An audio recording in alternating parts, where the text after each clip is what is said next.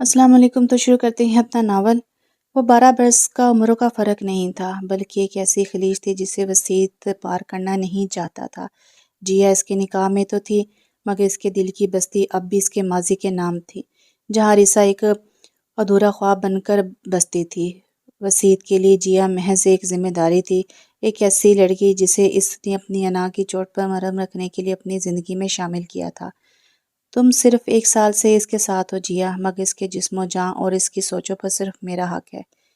عریسہ کے لہجے کا زہر جیا کے وجود کو کاٹ رہا تھا۔ وہ تمہارے پاس رہ کر بھی تمہیں نہیں دیکھتا، کیونکہ اسے صرف میری طلب ہے۔ تم کتنی بانصیب ہو کہ جس کمرے کی چھت تلے تم اس کی بیوی بن کر رہتی ہو، وہاں تمہارا شوہر صرف میرے خواب دیکھتا ہے۔ عریسہ کا ایک ایک لفظ جیا کے وقار کی دھجیاں اڑا رہا تھا۔ اسے لگا جیسے اسے سرِ عام بے عزت کرنے والا کوئی اور نہیں وہی شخص تھا جس کے مان پر اس نے اپنا سب کچھ وار دیا تھا۔ اسے اپنی روح جلستی ہوئی محسوس ہوئی جب اسے پتہ چلا کہ ان کے درمیان کی نہایت ذاتی باتیں عریسہ تک پہنچ چکی ہیں۔ وہ بڑے مگن انداز میں آنکھیں بند کیے گٹار کے انداز میں اپنے آگے انگلیاں ہلا کر کچھ گنگنا رہا تھا، جس پر نور نے اس کے سر پر اپنی فائل مار کر اس کا ارتکاز توڑ دیا۔ یہ کیا جیا جیا کی رٹ لگائی ہوئی ہے؟ اگر بگ بی سن لینا تو اپنی امانت میں خیانت کے جرم میں سر سمیت تمہارا گلا گھونٹ کر گھر سے باہر نکال کھڑا کریں گے۔ اس کی نظروں کے جواب میں نور نے حملے کی وجہ بیان کی۔ تمہیں بڑی فکر ہو رہی ہے۔ اگر ایسے ہی جیا ان کی جان ہوتی تو قدر کرتے اس کی، اسے بے حال اور انجان نہ پھرتی۔ اس کی بات پر قریب بیٹھی جیا، جو اسے فرمائش کر کے گانا سنے بیٹھی تھی، فوراً مڑ کر ٹی وی پر نظریں جما بیٹھی۔ حمزہ اس کے چہرے کا بدلتا رنگ دیکھ کر خاموش ہو گیا۔ نور نے حمزہ کو گھورا، وہ سر جھٹک کر رہ گیا۔ وسیط کی ناانصافی سے سب بھی واقف تھے، مگر حمزہ کسی نہ کسی طرح اظہار کرتا رہتا تھا، جس سے یہ اپنی ہی نظروں میں چور ہو جاتی۔ وسط میں تیار ہوں، کلف لگا دوپٹہ اور بیگ پکڑے تیزی سے سیڑھیاں اترتے ہوئے ارسلہ نے کہا، تمہاری گھنٹہ بھر کی تیاری میری تیاری خاک ملا دیتی ہے۔ وہ جل بھن کر کھڑے ہوتے ہوئے بولا۔ ارسلہ سر جھٹک کر بے نیازی سے اپنے شانوں پر دوپٹہ سیٹ کرتی رہی۔ اب چلو بھی، یہاں گھورتے ہی رہو گے؟ ادھر پروڈیوسر صاحب کا پارا سوا نیزے پر پہنچ چکا ہوگا۔ اس نے ایک ٹھنڈی سانس بھری۔ اس کی نگاہوں کی تپش بھی ارسلہ کو جھجک میں مبتلا نہ کر سکی، جس کا مطلب تھا کہ وہ اس کے جذبوں سے اب تک نا واقف ہے۔ پروگرام شروع ہونے میں بہت کم وقت رہ گیا تھا۔ ارسلہ پر گھبراہٹ طاری ہوگی۔ حمزہ تو سینئر تھا، مگر اسے اسٹوڈیو پہنچ کر آن ایئر ہونے کے لیے کچھ وقت چاہیے ہوتا تھا۔ گو وہ گھر سے ہی ٹاپکس پر کام کر کے آتی تھی، مگر یہاں آ کر کیو شیٹ دیکھ کر سنگرز کے بارے میں اظہار کرنے میں اسے دشواری ہوتی تھی، کیونکہ سنگرز کے بارے میں اسے کسی قسم کی معلومات میں کوئی انٹرسٹ نہیں تھا۔ یہ تو فراغت کے دنوں سے اکتا کر وہ حمزہ کے پیچھے پڑ گئی، وہ بھی یہ کام کرے گی، سو وہ ابھی سیکھنے کے مراحل میں۔ روزانہ ایوننگ شو میں حمزہ کے ساتھ آتی تھی۔ حمزہ اسے کافی سہارا دیا تھا۔ حمزہ کا انداز گفتگو، دلکش آواز اس کی غلطی پر پردہ ڈال دیتی تھی۔ تیزی سے سیڑھیاں چڑھتے بالآخر وہ اپنے ہی دوپٹے میں الجھ گئی۔ اوہ، آئی ایم سوری سبت۔ اس سے پہلے کہ وہ واپس نیچے کو لڑکتی، دو بازوؤں کے گھیرے نے پیچھے سے اسے سنبھالا تھا۔ وہ بولتے ہوئے ٹھٹکی، چہرے پر سنجیدگی کی چھاپ لیے دراز قد، چوڑے شانوں والا وجیہہ سا بندہ حمزہ نہیں کوئی اور تھا۔ اس نے نگاہیں گھما کر حمزہ کو راہداری میں آگے جاتے دیکھا اور خفت سے اپنا آپ چھڑاتی پیچھے ہٹی تو دوپٹہ شانوں سے ایک جھٹکے سے علیحدہ ہو گیا۔ ارسلہ نے دوپٹہ سنبھالتے ہوئے کھینچا۔ پیچھے کھڑا بندہ جو اس کے آگے بڑھنے کے انتظار میں تھا، اس کی نگاہوں کے تعاقب میں اپنے جوتے کے نیچے دبے اس کے دوپٹے کا سرا دیکھ کر دب گیا۔ محترمہ، پہلے دوپٹہ اوڑھنے کا ڈھنگ سیکھیں، پھر باہر نکلیں۔ اپنا پاؤں دوپٹے سے ہٹاتے ہوئے وہ بولا۔ مسلسل سے کڑکڑاتا دوپٹہ شانوں پر جماتے دیکھ کر اسے کوفت ہوئی تھی۔ ارسلہ کو دل ہی دل میں اس کی تنگ مزاجی پر غصہ تو آیا تھا، مگر اس کی سنجیدگی دیکھ کر لب ہائے خاموشی سے حمزہ کے پیچھے بھاگی۔ جیا بیٹا، تم یونیورسٹی نہیں گئی؟ اسے لاؤنج میں ٹی وی کے آگے گمسم بیٹھا دیکھ کر بڑی اماں نے تعجب سے پوچھا۔ ان کے خیال میں وہ وسیط کے ساتھ یونیورسٹی جا چکی تھی۔ نہیں بڑی اماں، میرا موڈ نہیں تھا، وہ بیزاری سے بولی۔ طبیعت تو ٹھیک ہے نا؟ وہ فکر مند ہوئی۔ اس کی طبیعت کو چھوڑیے مامی جان، وہ آپ نے شعر تو سنا ہی ہوگا، امیدِ یار سخن اب نہ حرف ہے نہ پیام، تسکینِ دل نہیں اور اداس بہت ہے، رنگِ نظر کا مزاج درد کا رنگ۔ تم آج کچھ بھی نہ پوچھو کہ دل اداس بہت ہے۔ بس ایسا ہی کچھ حال ہے ہمارے بگ بی کی غیر موجودگی میں۔ جیا کا پاس ہی بیٹھی مفتی میگزین کے ذریعے آج کے ٹاپک کے لیے ہوم ورک کرتی ارسلہ شوخی سے گویا ہوئی تھی۔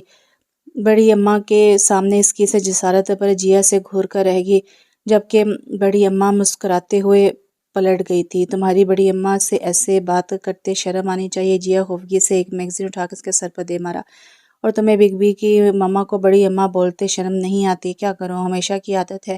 وہ ہاتھ ملتے پشیمان ہوئی۔ ارسلہ چڑ گئی۔ ایک تو تمہاری ایسی ہی ڈری سہمی اداؤں کے نے بگ بی کو سر پر چڑھایا ہوا ہے۔ ایسا آخر کب تک چلے گا جیا؟ بگ بی کو احساس ہونا چاہیے کہ وہ تمہارے ساتھ زیادتی کر رہے۔ اپنی ناسودگیوں کا بدلہ ایک کمزور ہستی سے لینا انہیں زیب نہیں دیتا۔ اب تو ان کا روڈ بیہیویئر سب کے علم میں آ چکا ہے۔ وہ تلخ ہو گئی۔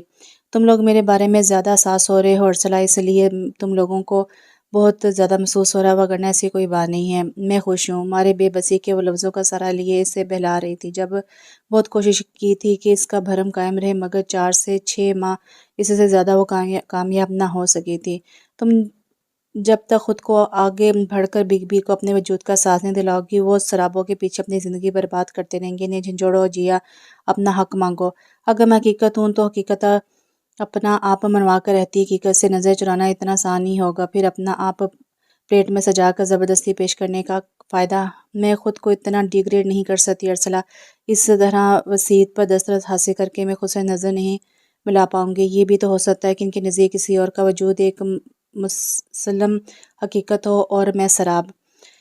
تم صرف ایک بیوقوف لڑکی ہو اور کچھ نہیں۔ ارسلہ کو اس سے بحث کرنا فضول لگا۔ جیا یونیورسٹی سے لوٹی تو بے حد تھکن محسوس کر رہی تھی۔ گھر میں داخل ہوتے ہی اس کا جی چاہا اپنے کمرے میں جا کر کمبل تان کر سو جائے، مگر اسی دل کو کچھ اور بھی جستجو تھی۔ وہ لانچ میں آئی تو اندر کا منظر اس کی توقع کے برخلاف تھا۔ حمزہ جمائیاں لیتا پیر پر سائیکلین پر دراز تھا۔ ارسلہ کسی بات پر اسے لڑ رہی تھی۔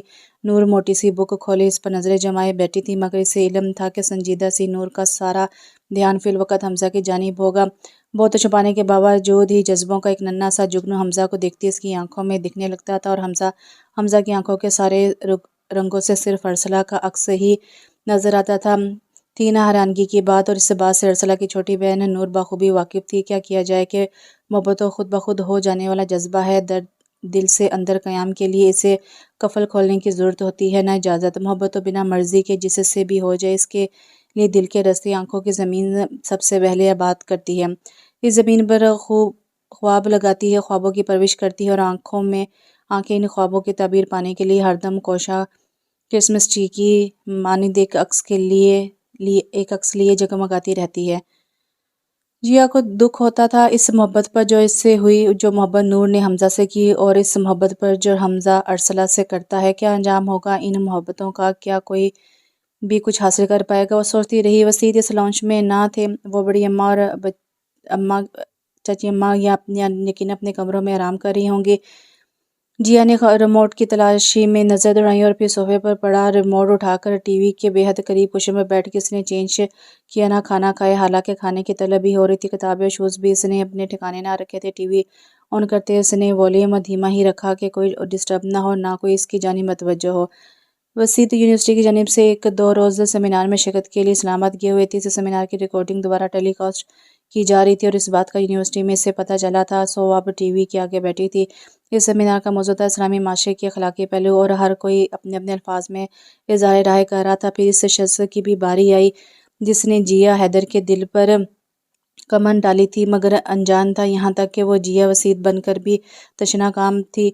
وہ وسیط کے لب و لہجے کا تاج اور آواز کے سحر میں ڈوبی ہوئی تھی۔ اخلاق کا مطلب میرے نزدیک یہ ہے کہ انسان کے وہ سارے معاملات جو وہ اپنے گھر میں رکھتا ہے، معاشرے کے لوگوں سے رکھتا ہے، وہاں اس کا رویہ ایسا ہو جو اس کے اندر کے انسان کے ساتھ ساتھ متعلقہ لوگوں کو بھی مطمئن اور خوش رکھے۔ یہی اسلام کا اصول بھی ہے۔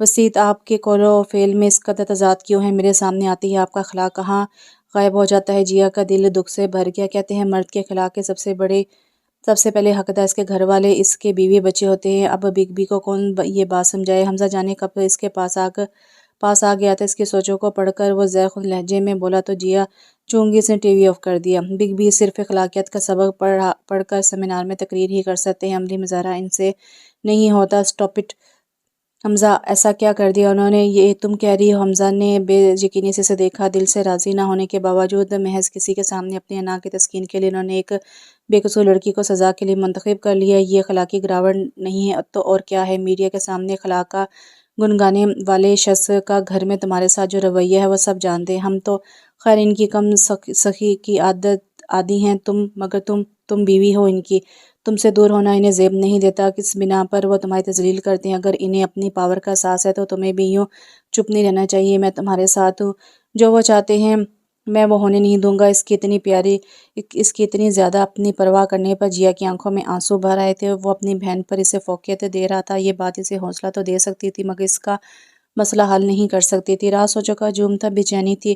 وسیط کے دل و زندگی میں وہ کہیں نہیں تھی مگر وسیط تو اس کے روم میں بستا تھا۔ وہ دل سے اس کا نہ ہوا مگر اس کے پاس تو تھا۔ یہ احساس ہی سکون امیز تھا۔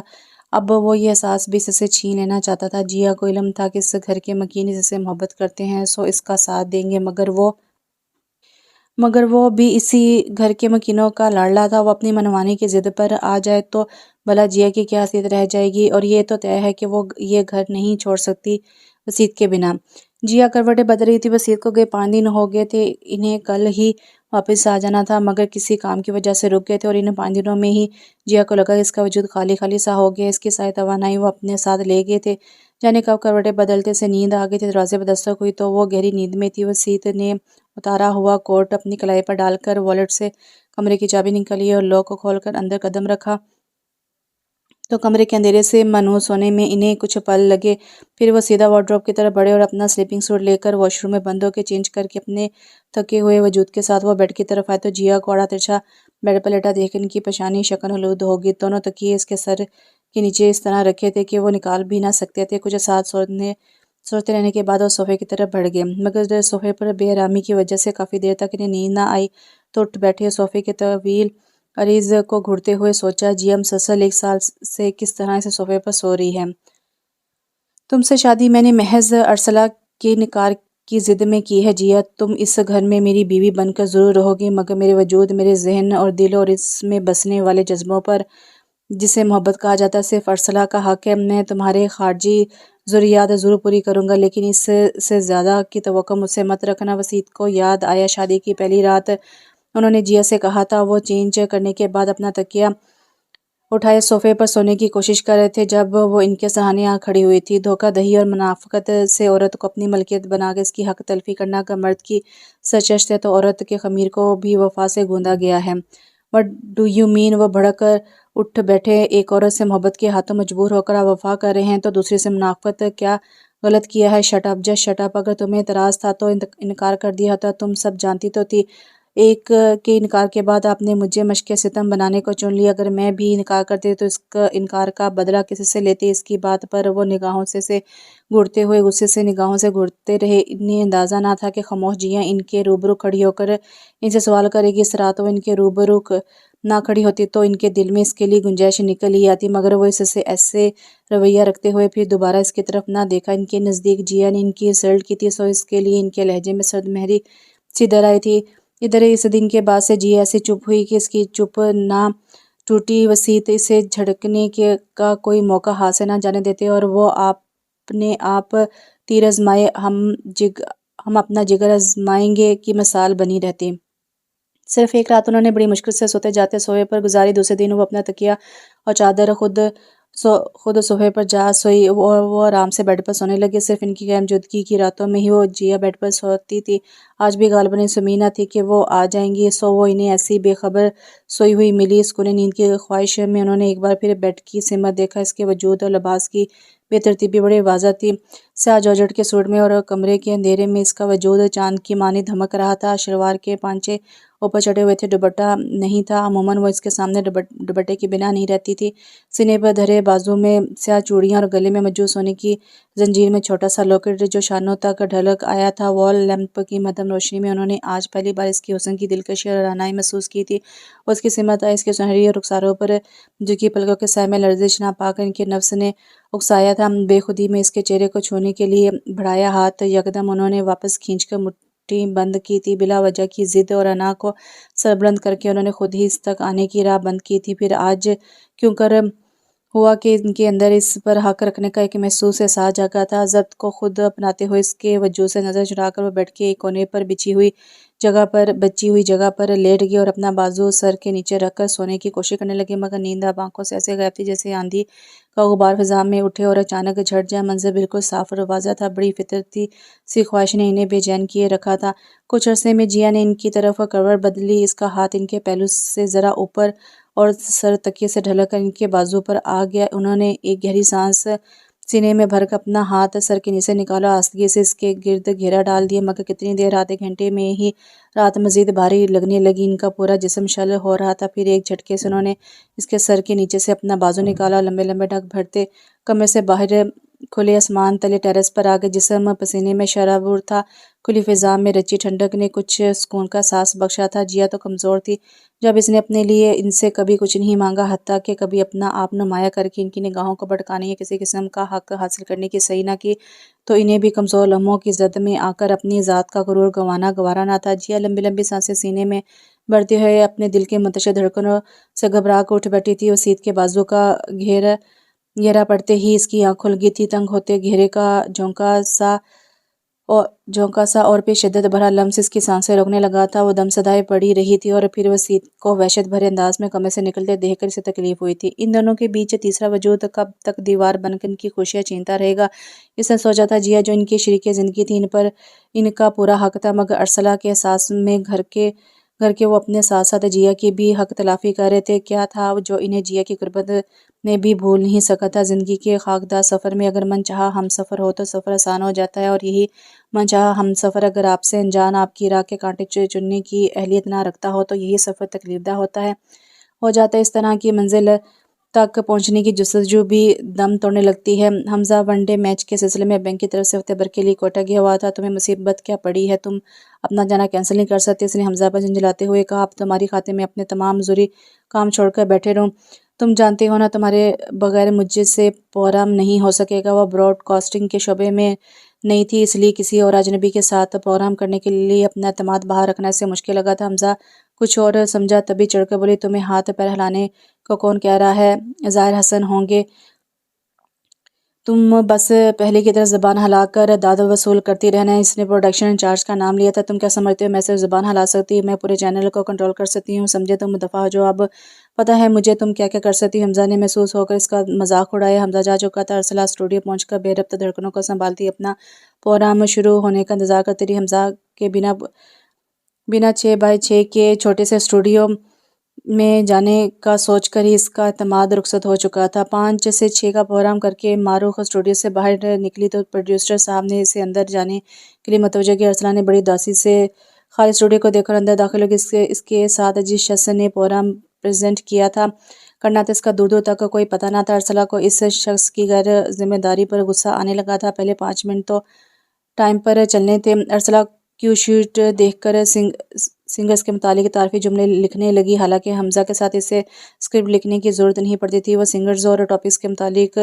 سانگ چلنے کے دوران ہی اپنے مائک آف کر کے حمزہ سے ڈسکس کر لیتی تھی، یوں مائک پر بولنے میں آسانی ہوتی تھی۔ صدیقی صاحب نے اسے بولنے کا اشارہ کیا تو وہ بدھ بن گئی، ظاہر ابھی تک اسٹوڈیو میں نہیں آیا تھا۔ بہرحال اس نے ڈرتے ڈرتے اپنے نام کے ساتھ شو کا آغاز کیا۔ شو کے طارے مسلسل 5 منٹ تک بولتی رہی، اور پھر بڑی ہی اجرت میں جو شخص اندر آئے اسے دیکھ کر وہ بولنا بھول گئی تھی۔ یہ وہی شخص تھا جس سے اس کا سیڑھیوں پر ٹکراؤ ہوا تھا۔ اس نے بڑی چبھتی ہوئی نظروں سے ارسلہ کو دیکھا اور پھر بڑی پھرتی سے اپنے دونوں ہاتھوں کا استعمال کرتے ہوئے اپنا مائک آن کیا۔ ہیوی مشین کے مختلف بٹنز پریس کرتے ہوئے بڑی سنجیدگی سے آن ایئر اپنا تعارف کراتے ہوئے کیو شیٹ پر نظر ڈال کر پہلا سانگ لگا دیا گیا۔ ہیڈ فون چڑھا کر ساؤنڈ اور ایکوا وغیرہ کو بیلنس کر کے چیک کرنے کے بعد ظاہر حسن اس کی طرف متوجہ ہوا۔ آپ کو پتہ ہونا چاہیے کہ 30 سیکنڈ کا سائلنٹ بھی شو کا معیار گرا دیتا ہے۔ اس نے اپنے آنے کے بعد کی ارسلہ کی خاموشی پر چوٹ کی تھی، اور آپ مسلسل 5 منٹ تک بیک گراؤنڈ میوزک کے بغیر بولتی رہی ہیں۔ ذرا ملاحظہ کریں کس قدر مضحکہ خیز لگ رہا ہے یوں آپ کا بولنا۔ ظاہر نے چوٹ پر چوٹ کرتے ہوئے اسے ریکارڈنگ سنائی تو ارسلہ کی خاموشی اس کی شرمندگی کا مظہر بن گئی۔ وہ لب کاٹتی سر جھکا کر بیٹھی رہی۔ حمزہ نے اسے مائک کا سسٹم سمجھانے کے بعد پہلی چیز بیک گراؤنڈ میوزک کے بارے میں سکھائی تھی، اور وہ آج بڑبڑاہٹ میں سب کچھ بھول کر پروگرام کا بیڑا غرق کرنے پر تل گئی تھی۔ مس ارسلہ، اگر آپ کو یہ پروگرام کرنے میں انٹرسٹ نہیں تھا تو آپ کو یہاں نہیں آنا چاہیے تھا۔ وہ اس کی ایک چپ سو سکھ کا فارمولہ دیکھ کر مزید برہم ہوا تھا۔ آئی ایم سوری، اس نے جھکا سر اٹھایا تھا۔ انسان کو وہ کام ہی نہیں کرنا چاہیے جس پر اسے معذرت کرنی پڑے۔ میں تو بس آپ کے نہ آنے کی وجہ سے دیجیے اب اپنا قصور میرے ذمہ ڈال رہی ہیں۔ آپ کی اطلاع کے لیے عرض ہے کہ مجھے آپ کی طرح ہاتھ پہ ہاتھ رکھ کر زبان سے کام نہیں چلانا ہوتا، اور بھی بہت سی ذمہ داریاں ہیں میری۔ کمال ہے جسے دیکھو زبان کا تانا دے رہا ہے۔ مسٹر ظاہر، آپ سکھائے یہاں نہیں آئے تھے، یہاں آ کر انہیں چیزوں کے بارے میں سیکھا ہوگا آپ نے۔ وہ جھنجھلا گئی تھی۔ میں ابھی سیکھنے کے مراحل سے گزر رہی ہوں، سیکھ جاؤں گی تو آپ کی طرح شارپ چیزوں سے کام کرنا کیا مشکل ہوگا؟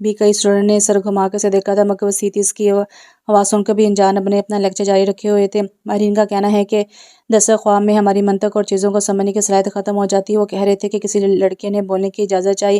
سر کہتے ہیں ہمارے خوابوں کا تعلق بڑی حد تک ہماری ریگولر روٹین اور جذبات احساس سے بھی ہوتا ہے۔ مثلا دن میں ہم کسی لڑکی سے ملتے ہیں، اس سے اظہار عشق کا پلان کرتے سوتے رہتے ہیں، مگر جوتے اور گالیاں کھانے کے ڈر سے اس سے کچھ کہہ نہیں پاتے، جبکہ رات کو خواب میں وہی سب کچھ جو ہم دن میں سوتے ہیں بڑی بے خوفی سے عمل پذیر ہو جاتا ہے۔ پوری کلاس میں دبی دبی ہنسی سرسر آ رہی تھی۔ لگتا ہے علی کو خواب میں بھی جوتے ہی نظر آتے ہیں، ایک فیمیل اسٹوڈنٹ نے کمنٹ کیا تو پوری کلاس کشتے زعفران بن گئی تھی۔ وسیع کے لبوں پر بھی مدھم سا تبسم چھلکا تھا۔ سر کیا میں اندر آ جاؤں؟ جیا کو تھوڑا حوصلہ ہوا تھا، اس نے ایک بار پھر ذرا تماس سے پوچھا تھا۔ وسیع اس کی طرف گھومے۔ مس جیا، ڈونٹ ویسٹ مائی ٹائم، اگر آپ کو کلاس لینے میں انٹرسٹ ہو تو وقت پر روم میں آیا کریں۔ سوری سر، آئندہ خیال رکھوں گی۔ اس نے ایک قدم بڑھا کر کلاس میں داخل ہونا چاہا کہ وسیع کی سرد آواز اس کے سماعت میں اتری۔ میں نے آپ کو اندر آنے کے لیے نہیں کہا miss Jiya, now you can go and wait for the next class. ہر آنکھ اس پر گڑی ہوئی تھی، قفس اس کا رواں رواں سلگ اٹھا تھا۔ بڑی ہی اسپاٹ نگاہوں سے اس نے گرے پینٹ اور وائٹ شرٹ میں ملبوس ڈیشنگ سے وسیع کو دیکھا تھا، جس کے سینے میں قید دل میں اس کے لیے صرف سختی اور بغاوت۔ اس سے پہلے کہ اس کی آنکھ کا پانی کوئی دیکھ پاتا، جیا تیزی سے پلٹ کر کلاس سے دور ہوتی گئی۔ اب وہ بیٹھی جی بھر کر کڑ رہی تھی۔ یونیورسٹی میں سوائے نور اور ربات کے کسی کو علم نہیں تھا کہ جیا اور وسیع کے مابین کیا رشتہ ہے۔ اس کے باوجود وسیع کبھی کبھی اسے عام اسٹوڈنٹ سے بھی زیادہ اجنبی بیگانے دکھائی دینے لگتے تھے۔ یہ کیسی محبت ہے آپ کی وسیع، جس نے ایک رشتے کی عزت کا احساس بھی آپ کے دل سے فنا کر ڈالا؟ میں آپ کی شریک حیات ہوں، جو دلداریاں میرا حق میری امانت ہے، وہ آپ ارسلہ کی جھولی میں ڈالنا چاہتے ہیں۔ ارسلہ، جتنا آپ مجھے چاہ نہیں سکتے یہ آپ کے اختیار میں نہیں، مگر میرا اور آپ کا جو رشتہ ہے وہ تو عزت کا ہے، عزت تو کر سکتے ہیں۔ پھر یہ سب کیا ہے، کیوں ہے آپ کا یہ رویہ میرے ساتھ؟ جی اپنے گھٹنوں پر سر جھکائے وسیع کے تصور سے شکوہ کرنا تھی، جب کسی نے اس کے کندھے پر ہاتھ رکھا۔ جی نے سر اٹھا کر دیکھا، یہ خلوص بھرا لمس نور کا تھا، جس کا دکھ بانٹنے کے پاس آ بیٹھی تھی۔ زندگی بڑی بے کیف اور بے رنگ سی گزر رہی تھی۔ فائنل سیمسٹر میں اب بھی بہت وقت اور گرمیوں کا زور شروع ہو چکا تھا۔ ان بدمزہ دنوں میں ربا کی آمد نے اس کے لیے مزید بیزاری کا سبب پیدا کر دیا تھا۔ کل شام جب وسیع اسے ایئرپورٹ سے لے کر آئے تو گھر میں اسے دیکھ کر ارسلہ نے حیرانگی کا اظہار کیا تھا۔ تم پاکستان کب آئی؟ چاچو اور چاچی بھی آئے ہیں؟ سوال کرتے ہوئے بلو جینس اور وائٹ کرتا دوپٹے میں ملبوس گوری چٹی نازک اور سراپے کی ملکہ ارسلہ سے بے حد بری لگی تھی۔ اسے ناپسندگی کی وجہ سے ان دونوں کے بیچ فطرتی رقابت تھی۔ تم نے جواب نہیں دیا؟ ارسلہ نے بڑی ناگواری سے خاموش کھڑی ٹکر ٹکر وسیع کو تکتی جیا کو ٹوکا تھا۔ وسیع کی گاڑی کا ہارن بجا تو گیٹ پر پہنچنے والی جیا ہی تھی جس نے ان کا استقبال کیا تھا۔ جیا نے گہری سانس بھرتے ہوئے وسیع پر سے ہٹا کر ارسلہ پر اپنی نظریں مرکوز کر دی۔ میں گزشتہ 1 سال سے یہاں ہوں، اس نے چند پل چپ رہنے کے بعد کہا تھا، اور مام اور پاپا میری رخصتی کے بعد یہاں سے چلے گئے تھے۔ جیا نے محسوس کیا کہ وسیع کے اندر بے چینی در آئی تھی۔ ہاؤ اسٹرینج، تمہاری شادی ہو گئی؟ ارسلہ نے سینے پر بازو لپیٹ کر اسے سر سے پاؤں تک بڑی تنقیدی نظروں سے دیکھا تھا۔ وسیع نے ایک دم یہ موضوع چھیڑنے پر اضطراری انداز میں گاڑی کے بونٹ پر مکہ مارا۔ اتنی ایڈوانس کنٹری میں رہنے کے باوجود ایجوکیٹڈ فیوچر کے بجائے شادی تمہارا ترجیحی مقصد تھا؟ Very bad Jiya, by the way تمہارے ہسبینڈ کون ہیں، کیا کرتے ہیں؟ انڈر گریجویٹ کا کوئی ہائی فائی بندہ تو نہیں ملا ہوگا نا؟ اس کے لبوں پر طنزی ہنسی تھی۔ یو نو، ہائی کوالیفائڈ بندہ تو اپنی جیسی ہی تعلیم یافتہ بیوی چاہتا ہے۔ وہ اپنے آپ پر اتراتے ہوئے بڑے تکفر سے وسیع کی جانب دیکھ کر گویا ہوئی تھی اس کے لیے یہ صرف خود پسندی تھی۔ جیا سے خود کو بدتر سمجھنے کا انداز جس نے جیا کو اندر سے سلگا دیا تھا۔ ملاقات یار من کے لیے ہر کسی کا اپنا اپنا پوائنٹ آف ویو ہے۔ جیا دھیمی سی مسکراہٹ لیے ہوئی تھی، اس نے وسیع کو دیکھا تھا۔ I want you to meet my husband Wasi Aman, بڑے ہی پرسکون سے اس نے وسیع کی جانب اشارہ کر کے تعارف کروایا تھا، اور ارسلہ اتنی ہی بے سکون ہو گئی تھی۔ What do you mean? وہ شاکڈ ہو گئی تھی۔ وسیع از اٹ فیکٹ؟ اس نے بے یقینی سے پوچھتے ہوئے وسیع کا ہاتھ ہلایا تھا۔ وسیع نے ایک تیز تنبیہ نگاہ جیا پر ڈالی اور ارسلہ کا ہاتھ پکڑ کر اسے اندر لے جاتے ہوئے بولے، اس کی فضول باتوں کو چھوڑو، تم اندر چلو۔ ارسلہ، میں تمہیں سب بتاتا ہوں، ڈونٹ ٹچ می۔ اس نے اپنا ہاتھ ایک جھٹکے سے وسیع کے ہاتھ سے کھینچا تھا۔ تو تم نے مجھے چیٹ کیا، اتنی بڑی بات مجھ سے چھپائی کیا سمجھ کر؟ بے وقوف، نادان اور جاہل ہوں میں۔ ارسلہ قدم روک کر بھری ہوئی تھی۔ وسیع بے بسی سے اسے ٹھنڈا کرنے کی صحیح کر رہے تھے۔ جیا کو یہ صورتحال بہت مزہ دے رہی تھی، وہ سر جھٹک کر اندر کی طرف بڑھ گئی۔ اس کے بعد بھی ارسلہ نے اندر آ کر سب کے درمیان اس بات پر بہت ہنگامہ کیا تھا۔ تاوقت اسے اندازہ جلدی ہی ہو گیا تھا کہ کسی کو اس کی خفگی کی پرواہ نہ، وسیع کے علاوہ کوئی اس کی غلط فہمی اور ناراضگی دور کرنے میں انٹرسٹ رکھتا ہے۔ اس کا مطلب تھا کہ جیا اس گھر اور مکینوں کے دل میں ایک مقام رکھتی ہے۔ اس رات کے بعد وہ اپنے کمرے میں سر منہ لپیٹے پڑی تھی۔ وہ 5 سال بعد واپس آئی تھی اور جس پذیرائی کی اسے توقع تھی وہ اسے یہاں نہ ملی تھی۔ بچپن سے وہ وسیع کے ساتھ مصنوب تھی، اپنے اور وسیع کے حوالے سے اس کے بہت اونچے اونچے مستقبل کے خواب تھے۔ وسیع امان احمد کا اکلوتا لاڑلا بیٹا تھا۔ ربات اور رتاب اس سے 8-10 سال چھوٹی تھی۔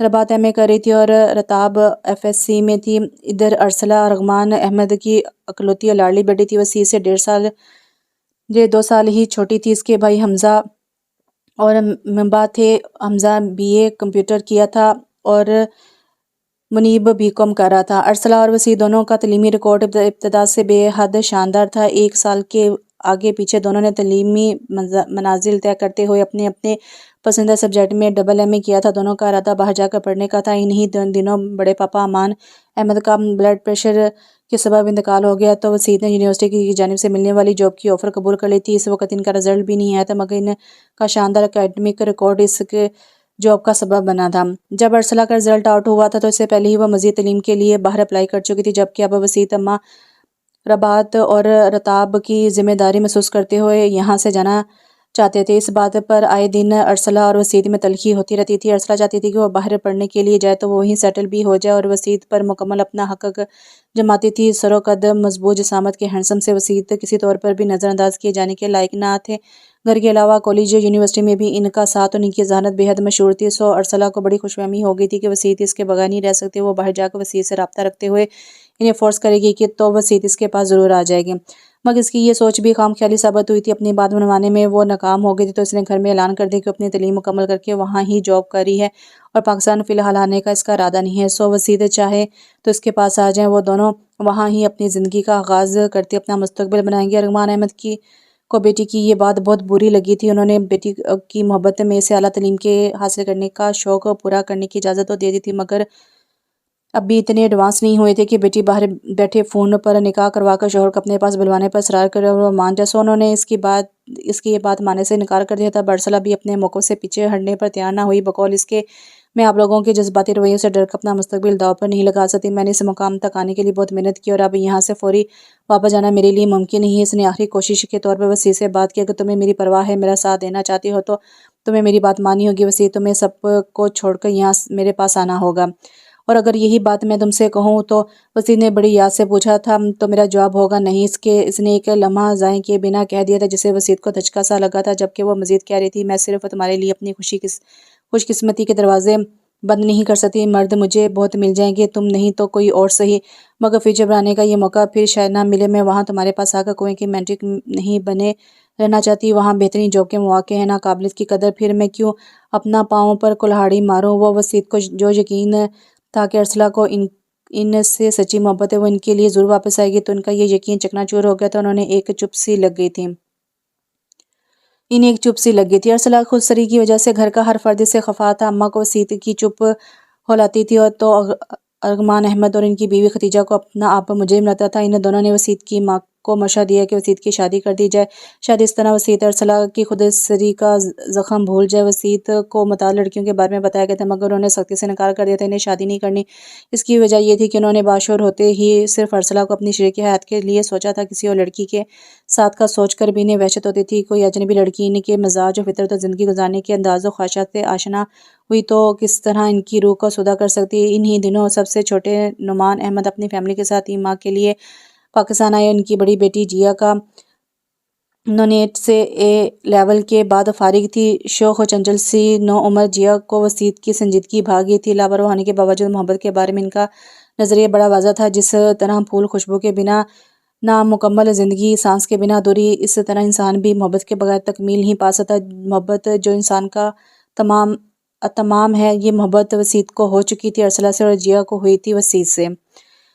جیا وسیع کو نارسائی کے دکھ سے نکالنے کے بعد اس کے دل کی اداس گلیوں میں گل امید کی صورت رہنا چاہتی تھی۔ وہ اس کی زندگی کو رونائی اور موسم بہار سے آشنا کرنا چاہتی تھی۔ جیا نے ارسلہ اور وسیع کے بارے میں اپنے کزن سے بہت کچھ سنا تھا۔ سب کہتے پہلے بگ بی کی موجودگی محسوس ہوتی تھی اور اب ان کی موجودگی کو محسوس کرنا پڑتا ہے۔ وسیع سب کی موجودگی میں لانچ میں تا دیر بیٹھے رہتے، مگر اس طرح پرسرا خاموش جیسے وہاں موجود نہ ہو، اور جیا کو یہ بات بہت دکھ دیتی تھی۔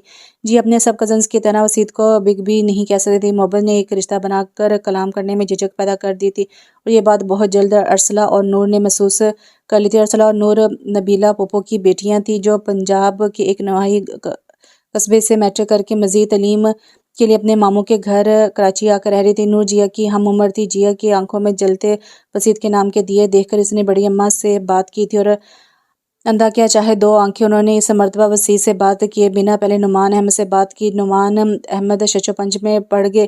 وسیط کا ارسلہ کی طرف رجحان انہیں پھر ارمان احمد کے سمجھانے پر جیا کی جگر جگر کرتی آنکھوں میں وسیط کے لیے اظہار پسندگی دیکھ کر انہوں نے ہاں کر دی۔ بڑی اماں نے وسیع سے بات کی تو وہ برک اٹھے۔ اماں، وہ مجھ سے 12 برس چھوٹی ہے۔ عمر کے ساتھ ساتھ ہمارے مزاج میں بھی فرق ہے۔ کیا سوچ کر آپ نے ایسی بات کی؟ چھوٹا ہونا کوئی عیب نہیں ہے، اور شادی کے بعد تو اسے اپنے مزاج کے مطابق ڈھال لینا۔ اماں نے رضان سے کہا تھا، بچی ہے وہ، ابھی اتنی آسانی سے میرے مزاج کے مطابق ڈھل جائے گی، اور میں اپنی زوجی زندگی سمجھوتے کی نظر نہیں کرنا چاہتا، اور مجھے ایک تعلیم یافتہ میچور ذمہ دار لائف پارٹنر کی ضرورت ہے۔ جیا میرے معیار پر پورا نہیں اترتی۔ اگر اس میں ارسلہ جیسی کوئی ایک خوبی بھی ہوتی تو میں انکار نہ کرتا۔ بے ساتھ انہوں نے ارسلہ سے جیا کا موازنہ کر ڈالا تھا، اور یہ بات ان کے منہ سے بھی نکل گئی۔ اماں نے تیز نگاہوں سے انہیں گھورا۔ ارسلہ سے زیادہ خوبصورت اور کم عمر ہے جیا، انہوں نے کہا۔ میرے نزدیک یہ اس کا پلس پوائنٹ نہیں، مائنس پوائنٹ ہے۔ تو کیا تم ارسلہ جیسی بے لگام لڑکی کے لیے جوگ لوگے؟ ارے اسے تو اپنے ماں باپ کی عزت کا پاس ہے، نہ بچپن کی نسبت کا احساس۔ وہ ایک دم اشتعال میں آ گئی، کیسی بے شرمی سے تیرے لیے انکار کر کے اپنوں کی بجائے پرائے لوگوں میں رہنے کو ترجیح دی ہے۔ وہ تو وہیں کسی کالے گورے کے ساتھ گھر بسائے گی، اپنی عمر کا اچھا وقت گزارے جاؤ اس کی آس میں۔ اماں تو اپنی بھڑاس نکال کر چلی گئی، اور وسیط اسی رات نیٹ پر اس کے ساتھ آن لائن ہوئے تھے۔ تمہیں کیا لگتا ہے ارسلہ، تم اس طرح میرے بغیر زندگی گزار لو گی؟ انہوں نے ٹائپ کیا تھا۔ تم بھول رہے ہو وسیط، میں نے تم سے کہا تھا کہ مجھے تم جیسا کوئی دوسرا شخص مل جائے گا، اور وہ مجھے مل چکا ہے، لیکن تم شاید۔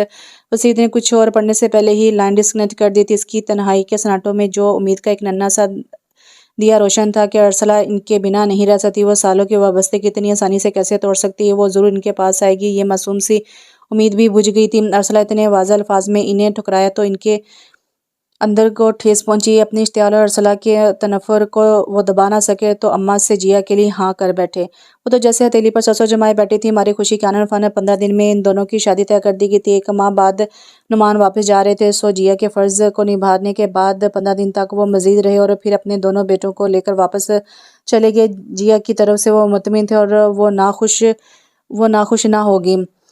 اور ادھر جیا کے ساتھ نکاح کے بندھن میں بندھ جانے کے بعد وسیط کو اپنی غلطی اور جلد بازی کا احساس ہوا تھا۔ ارسلہ کی ان کی زندگی میں آنے کی امید قطعاً ختم ہو چکی تھی۔ شادی کی پہلی رات اپنے آپ سے جنگ کرتے وہ کمرے میں آئے تو تکیہ سواری جیا کو بیڈ پر دیکھ کر ان کے دل میں شدت سے ہوک اٹھی تھی کہ اس جگہ ارسلہ کو ہونا چاہیے تھا۔ انہوں نے تو صرف ارسلہ کو اپنے بیڈ روم میں ہمیشہ کے لیے دیکھنے کی خواہش کی تھی، نہیں یہ خیال ایک بار پھر ستانے لگا۔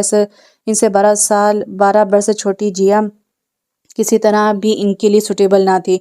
ظاہر حسن کا پرپوزل ارسلہ کے لیے آیا تھا، یہ بات گھر والوں کے لیے تو تعجب نہ تھی، مگر حمزہ اور ارسلہ کو شوق لگا تھا۔ اس شوق میں دونوں کی کیفیت بالکل جدا جدا تھی۔ ارسلہ کو ہماری خوشی کے یقین نہ آ رہا تھا، اور حمزہ کا دل جیسے اتھاہ گہرائی میں ڈوبتا جا رہا تھا۔ ارسلہ کے چہرے کا گلال، ان کے ہونٹوں کا دبا دبا سا جھجکا ہوا تبسم اس کے دل کی کہانی کہہ رہا تھا۔ صرف ایک ہفتہ ارسلہ نے ظاہر کے ساتھ کام کیا تھا تو کیا ظاہر حسن نے اس کے دل تک رسائی حاصل کر لی تھی، اور وہ جو سالوں سے محبت کا ایک دیا اپنی ہتھیلی پر جلائے 2 جانوں اس کے درد دل کا منتظر تھا۔ اس محبت کے دیے کی ذرا سی روشنی بھی کسی دراز سے اس کے دل میں جا کر اس کے جذبوں سے آگاہ نہ کر سکی تھی۔ رشتہ اچھا تھا۔ چچا جان نے فوراً نبیلہ پھوپھو کو فون کر کے انہیں اور پھوپھا جان کو آگاہ کیا تو پھوپھا جان نے کہا وہ لوگ چند دنوں میں کراچی آ رہے ہیں، پھر اگر رشتہ بہتر لگا تو مثبت جواب دینے میں کوئی حرج نہیں ہے۔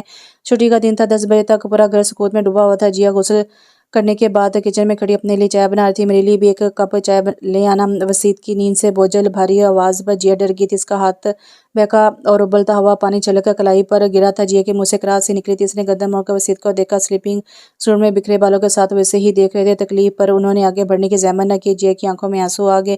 ایسی چھوٹی چھوٹی تکلیفوں پر رو دینا شاید تمہاری عادت ہے۔ ایک تیر اچھال کر پلٹ گئے تھے۔ اس کا دل اچاٹ ہو گیا تھا۔ اس نے وہی مگ اٹھایا اور وسیط کو دینے کے لیے کمرے میں آ گئی۔ چینی ملائی ہے؟ انہوں نے سپ لیتے ہوئے پوچھا تھا۔ ہوں، میں نے اپنے لیے بنائی تھی، مگر اب پینے کو جی نہیں چاہ رہا۔ وہ دراز سے دعا نکال کر اپنی کلائی پر لگاتے ہوئے اسپاٹ لہجے میں بولی۔ وسیط بغیر چینی کے چائے پیتے تھے۔ سنو، مجھے تم سے بات کرنی ہے۔ جیا دعا لگا کر پڑھنے لگی تو انہوں نے اسے روک لیا۔ وہ پلٹی نہیں، اس کے کہنے کے منتظر یوں ہی کھڑی رہی، اور چند ساتھ وسیط اس کے پشت پر بکھرے لمبے سے بالوں پر نظر جمائے اس کے پڑھنے کے منتظر رہے، پھر خود ہی گویا ہوئے۔ میں نے اب تک تم سے راستہ بات نہیں کی تھی، مگر تم واقف ضرور ہوگی کہ میں کیا چاہتا ہوں۔ عرصہ کے آنے کے بعد ہم دونوں کا ساتھ مزید ممکن ہی۔ وسیط دھیمے لہجے میں کہتے مگ اٹھائے اس کی پشت پر آ کھڑے ہوئے تھے۔ میں نے سنا ہے مرد بازیاب کا پرندہ ہے، نئے سے نئے جہاں دریافت کرنے کی خواہش رہتا ہے، مگر یہ نہیں چاہتا کہ نئی بیوی بدلنا بھی اسی دریافت کا ایک حصہ ہے۔ اس کے تیکھے لہجے کی کہی گئی بات کا مطلب سمجھ کر انہوں نے ایک جھٹکے سے اس کا بازو مشتعل ہو کر دبوچا اور پھر فوراً چھوڑ بھی دیا۔ فضول باتیں کرنے کی ضرورت نہیں ہے۔ چند لمحے پہلے جو اس کے بال چھو کر ان کی نرمی اور خوشبو محسوس کرنے کی ایک دلربا سی خواہش جاگی تھی، وہ ان کے اشتعال میں جل کر راکھ ہو گئی۔ دیکھو، تم میرے ساتھ خوش نہیں ہو، میں بس اتنا چاہتا ہوں کہ تم یہ بات اماں سے کہہ دو، میرا مسئلہ حل ہو جائے گا۔ مجھ سے پہلے وہ آپ کی ماں ہیں، آپ خود ان سے کہہ سکتے ہیں۔ رہی میرے کہنے کی بات تو وہ مجھے بہت خوشی سے بہو بنا کر اس گھر میں لائی ہیں، میں ان کی یہ خوشی چھین نہیں سکتی۔ کہہ کر وہ رکی نہیں، کمرے کی دہلیز پار کر گئی۔ ساری عمر ایسے ہی گزارا نہیں ہو سکتا، فیصلہ تو ہو کر رہے گا جیا میڈم۔ وسیط کی پرسوچ نظروں نے اس کا تعاقب کیا تھا۔ نبیلہ پھوپھو اور پھوپھا جان چچا جان کے ساتھ ظاہر اس کے گھر والوں سے مل چکے تھے، انہیں رشتہ لحاظ سے موزوں لگا تھا۔ سو وہ لوگ ظاہر کے والدین کے بھرپور اصرار پر اپنا مثبت عندیہ ظاہر کر آئے تھے۔ اسی روز لگے ہاتھوں چچا جان نے حمزہ کے لیے انزلہ کا رشتہ مانگ لیا تھا۔ اب آئے ہیں دونوں بیٹیوں کی بات پکی کر کے جائے۔ حالات حمزہ کے ارادوں کے بالکل مختلف جا رہے تھے۔ جس کے خیالوں میں تو ارسلہ بستی تھی، پھر یہ انزلہ بیچ میں کہاں سے آ گئی تھی۔ وہ بالکل چپ چاپ ہو گیا تھا، وہ ٹوٹ کر بکھر رہا تھا، کچھ کہہ بھی نہیں سکتا تھا کہ ارسلہ کی آنکھوں میں ظاہر حسن کا اکثر نہ دیکھ چکا ہوتا تو وہ بہت کچھ صحیح ہو سکتا تھا۔ جس روز پھوپھو جان آئی تھی، اس روز ان کے جانے کے بعد اپنے اضطراب کو چھپائے وہ ارسلہ کے پاس جا کھڑا ہوا تھا۔ ارسلہ، فرض کرو پھوپھا جان کو ظاہر تمہارے لیے پسند آیا تو اس نے بڑی امید سے ارسلہ کی جانب دیکھا تھا، جسے وہ ابھی لاپرواہی سے کہہ دے گی کہ اسے کوئی فرق نہیں پڑتا۔ ایسا نہیں ہوگا، وہ پورے یقین سے کہہ رہی تھی۔ یہ بات تم اور میں جانتے ہیں ثبت کہ ظاہر حسن میں ایسی کوئی خرابی نہیں کہ جس بنا پر اسے رد کیا جائے۔ اس کے لہجے کا یقین اور آنکھوں میں جگمگ کرتا ظاہر کا عکس دیکھ کر وہ مکمل طور پر ڈھہ گیا تھا۔ پھر اس نے جیا سے بات کی۔ ہو سکتا ہے وہ مجھ سے بات کرنے میں جھجک رہی ہو، تم اسے تفصیل سے بات کر کے دیکھو۔ میں اسے بات کر چکی ہوں حمزہ، وہ محبت کی راہ کی مسافر بن چکی ہے، مگر اس کی منزل تم نہیں، ظاہر حسن ہے۔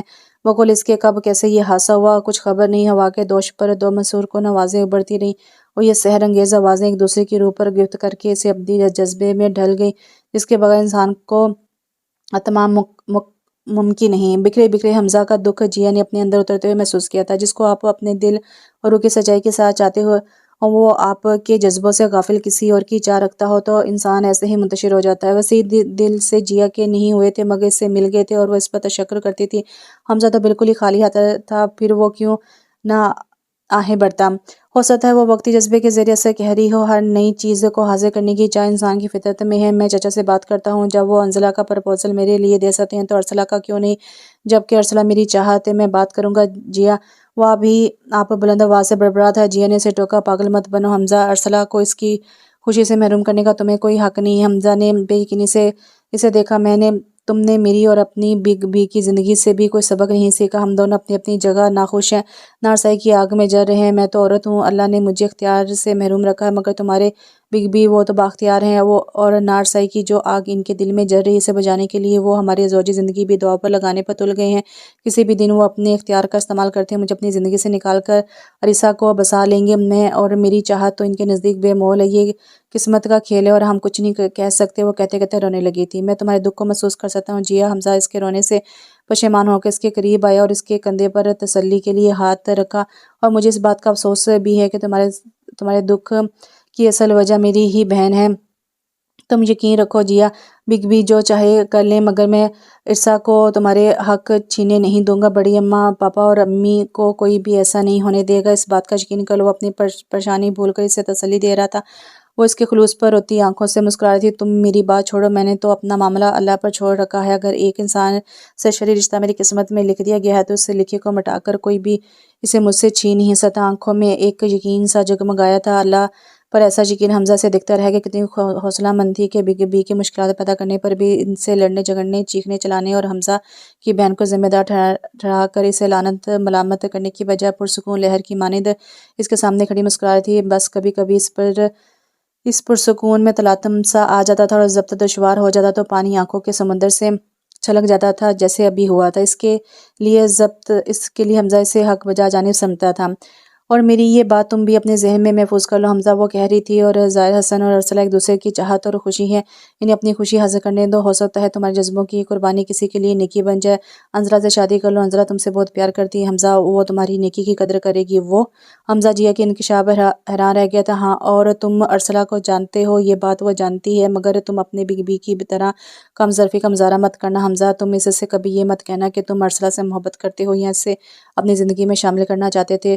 عورت زوجی زندگی میں متعدد مشکلات جھیل سکتی ہے، مگر اپنے حق کی جگہ شوہر کے منہ سے کسی عورت کا تذکرہ یا شوہر کے دل و جسم پر کسی اور عورت کی پرچھائیاں برداشت نہیں کر سکتی، اور یہ سب اسے کمزور کر دیتا ہے، اور مجھے یقین ہے کہ تم جیسا اچھا انسان اپنی بیوی کو زندگی کی آخری سانس تک بھرپور اعتماد تحفظ فراہم کرے گا۔ کیوں ٹھیک کہہ رہی ہوں نا؟ اس نے حمزہ سے تائید چاہی، وہ اس کے مسکراتے لبوں کو زندگی سے دیکھ کر رہ گیا۔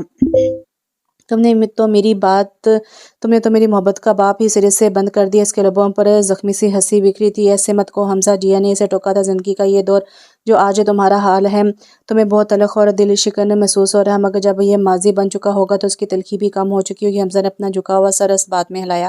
تو تم اب میرے بھائی پر ڈورے ڈال کر آئندہ کے لیے اپنی راہ ہموار کر رہی ہو؟ خونخوار لہجے پر جیا تو مجھا رہ گئی۔ ارسا بڑی کاٹدار نظروں سے اسے دیکھ رہی تھی۔ یہ آپ کیا کہہ رہی ہیں ارسا؟ اس کی بات سمجھ کر جیا کے لہجے میں ناگواری در آئی تھی۔ ارسا اس کے قریب آ کھڑی ہوئی تھی، اس نے دور سے حمزہ اور جیا کو گفتگو کرتے دیکھا تھا۔ جو میں کہہ رہی ہوں تم اچھی طرح سمجھ رہی ہو، زیادہ بھولی مت بنو، ویسے بھی وسیط نے اب بھی تمہیں چھوڑا نہیں ہے جو تم ابھی سے حمزہ کو رجانے کے لیے بےتاب ہو رہی ہو۔ پلیز ارسا، وسیط میرے شوہر اور حمزہ میرا بھائی، مجھے رشتوں کا احترام کرنا آتا ہے، آپ مجھ سے بڑی ہیں، میں آپ کی عزت کرتی ہوں، اس کا یہ مطلب نہیں کہ آپ جو چیز چاہیں مجھ پر الزام تراشی کرتی رہیں، آئندہ ایسی کوئی بات میں برداشت نہیں کروں گی۔ جیا کو یکدم غصہ آ گیا تھا۔ میں بڑی ہوں تو وسیط بھی تم سے 12 سال بڑا ہے، اس سے شادی کرتے وقت تمہیں یہ دھیان کیوں نہ آیا؟ تم نے مجھ سے وسیط کو چھینا ہے، اب میں وسیط کو تم سے واپس چھین لوں گی، مگر حمزہ پر بھی تمہارا سایہ نہیں پڑنے دوں گی۔ Do you understand?